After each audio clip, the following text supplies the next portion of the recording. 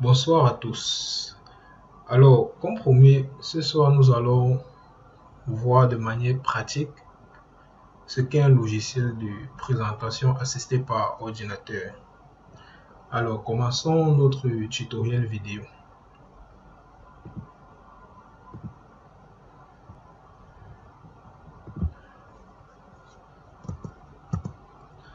Alors, qu'est-ce qu'un logiciel de présentation assisté par ordinateur et à quoi est-ce qu'il sert? Avant d'entrer, de plonger dans le vif du sujet, j'aimerais que vous sachiez déjà ce qu'est un logiciel. Un logiciel, c'est tout simplement un outil informatique qui permet de résoudre une tâche, un problème précis. Alors, il existe plusieurs types de logiciels en fonction des besoins que nous avons. Par exemple, nous avons les logiciels de traitement de texte. Ces logiciels permettent de faire la mise en forme du texte. Nous avons les tableurs. Les tableurs permettent de présenter les informations sous forme de tableau. Okay? Parmi lesquels Excel le plus répandu. Nous avons les navigateurs. Les navigateurs permettent de parcourir Internet. Vous en connaissez sûrement. Il y a Google Chrome, il y a Mozilla Firefox, il y a Opera Mini et il y a Microsoft Edge. Et comme autre type de logiciel, nous avons les fameux logiciels de présentation assistés par ordinateur. Ces logiciels permettent de faire des présentations. Alors maintenant que nous connaissons ce qu'est un logiciel, alors qu'est-ce qu'un logiciel de présentation assisté par ordinateur? Un logiciel de présentation assisté par ordinateur est un logiciel qui permet de présenter des informations à un public cible. Alors, ces informations peuvent être, par exemple, des résultats d'une recherche. Ok, vous avez fait un stage ou bien vous êtes chercheur et vous voulez présenter les résultats de votre travail à un public. Ou alors, ça peut être les résultats financiers d'une entreprise sous forme graphique. Ou encore, ça peut être un produit qu'une entreprise ou un particulier aimerait lancer sur le marché et il effectue par exemple la présentation de son produit à des investisseurs pour que ces derniers puissent mieux comprendre le produit. Et enfin, ces informations peuvent être des formations vidéo ou en image, comme par exemple celle que je suis en train de faire actuellement. Alors, maintenant que nous connaissons qu'est-ce qu'un logiciel de présentation assisté par ordinateur, il y en a plusieurs sur le marché.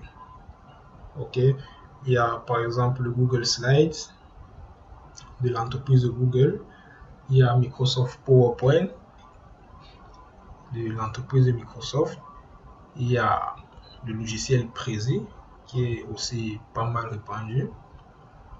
Alors, il existe toute une panoplie de logiciels de présentation, mais nous allons nous limiter à cela. Alors, maintenant nous connaissons qu'est-ce qu'un logiciel de présentation et nous connaissons quelques-uns. Plongeons dans le vif du sujet et essayons de voir comment ça se passe de manière pratique, la création et le fonctionnement, la création d'une présentation et le fonctionnement d'un logiciel de présentation assisté par ordinateur. Alors dans ce tutoriel, nous allons utiliser le logiciel Microsoft PowerPoint. Alors déjà, je vous invite à ouvrir votre logiciel PowerPoint pour ceux qui possèdent ce logiciel dans leur ordinateur. Alors, dans mon ordinateur, j'ai le logiciel Microsoft PowerPoint version de l'édition de 2016. Alors, pour l'ouvrir, je fais un clic droit sur son icône. Okay. L'icône, c'est tout simplement le logo ou l'image du logiciel en question. Par exemple, j'ai l'icône de Google Chrome, j'ai l'icône de Microsoft Word, j'ai l'icône d'Excel. Alors, pour ouvrir Microsoft PowerPoint, je fais un clic droit sur celui-ci, sur son icône, et ensuite j'appuie sur ouvrir. Ok. Lorsque j'ai ouvert le logiciel, j'ai plusieurs choix qui s'offrent à moi. Alors, j'ai nouvelle présentation, j'ai la présentation Madison, j'ai Atlas, j'ai Galerie. Alors, vous pouvez voir, ce qu'il faut savoir, c'est qu'il y a des présentations qui sont prédéfinies. Par exemple, si je vais effectuer une présentation qui a trait à l'art, à une galerie d'art, je vais cliquer sur Galerie. Si je vais faire une présentation qui a trait à l'événementiel, je peux cliquer sur Grand événement. Directement, j'aurai un environnement qui est adapté à la présentation des événements. Mais pour un début, nous allons prendre une présentation vide pour que vous puissiez comprendre son fonctionnement. Alors, ce que je fais, je vais cliquer sur Nouvelle présentation. Ok. Nous sommes dans la nouvelle présentation que nous venons de créer. Ok. Avant de comprendre le fonctionnement de Microsoft PowerPoint, nous allons d'abord expliquer l'interface de ce logiciel. C'est quoi l'interface? L'interface est tout simplement cette fenêtre que vous voyez qui nous permet de donner des ordres au logiciel. Commençons. Tout en haut, nous avons la barre de titre. La barre de titre permet de connaître le nom du document en cours. Le nom du document en cours qui est présentation 3. À l'extrême droite, nous avons des pictogrammes. Nous avons un pictogramme qui permet de minimiser la fenêtre, un pictogramme qui permet d'agrandir, un pictogramme qui permet de fermer la fenêtre. À l'extrême gauche, nous avons des outils, des pictogrammes qui permettent de sauvegarder, d'enregistrer le document. Nous avons un pictogramme qui permet de faire un retour en arrière, qui permet d'annuler une mauvaise manipulation. En dessous de la barre de titre, nous avons la barre de menu. Cette barre est une barre très importante, car c'est elle qui permet d'accéder au menu que nous utilisons pour mettre en forme nos diapositives. Nous avons par exemple le menu Accueil, nous avons le menu Insertion, nous avons le menu Création, nous avons le menu Transition pour effectuer pour appliquer des transitions sur des éléments des diapositives. Nous avons le menu Animation, nous avons le menu Diaporama, et ainsi de suite. En dessous du menu, de la barre de menu, nous avons la barre d'outils. La barre d'outils est également une barre très importante. On l'appelle encore le ruban ou barre d'outils. Généralement, c'est la même chose. Alors, les outils, ce sont les composantes d'un menu. Par exemple, nous avons l'outil image qui permet d'insérer des images. Nous avons l'outil forme qui permet d'insérer des formes dans la diapositive. Nous avons le menu tableau qui permet d'insérer un tableau. Nous avons le menu diapositive qui permet de créer une diapositive. Alors, il faut savoir que les outils sont rangés par catégorie. Donc, si vous remarquez bien, si j'appuie sur le menu animation, j'ai des outils différents qui s'affichent. Si j'appuie sur le menu affichage, j'ai les outils qui changent également. Donc, chaque menu a ses outils. Si j'appuie sur le menu création, j'ai des outils spécifiques à la création. Ensuite, nous avons la zone des diapositives. Cette zone contient les différentes diapositives de notre document. Si par exemple, je crée une nouvelle diapositive, j'appuie sur l'outil créer une nouvelle diapositive. Vous voyez que maintenant, au lieu d'avoir une seule diapositive, j'en ai deux. Si j'appuie encore sur créer, j'en aurai trois. OK? Ensuite, nous avons la zone de travail. La zone de travail représente la zone où nous effectuons les modifications sur une diapositive. Par exemple, ici nous avons notre zone de travail. Si j'aimerais ajouter un titre à cette diapositive, je clique deux fois dans cette zone et puis je peux ajouter un titre PAO. PAO pour présentation assistée par ordinateur. Je peux aller sur une autre diapositive, ajouter un nouveau titre et ainsi de suite. Ensuite, nous avons, après la zone de travail, nous avons la barre d'état. La barre d'état est une barre très importante car elle permet d'avoir des informations telles que la langue du document. Ici, c'est français. Elle permet de savoir à quelle diapositive, sur quelle diapositive nous travaillons présentement. Et en l'occurrence, nous travaillons sur la première diapositive. Nous pouvons également mettre des commentaires sur notre diapositive. Alors, les commentaires sont très importants parce que lorsque nous présentons un résultat, des informations à un public, il peut arriver que des informations nous échappent. Donc, les commentaires sont là pour nous rappeler de ces petits détails qui peuvent nous échapper. Parce que ces commentaires ne sont pas visibles par le public, mais seulement par nous. Donc, c'est très idéal s'il y a des informations qui nous échappent et pour nous rappeler cela. Ensuite, nous avons un autre élément très important de la barre d'état qui est le diaporama. Alors, le diaporama permet d'entrer en mode diaporama et le mode diaporama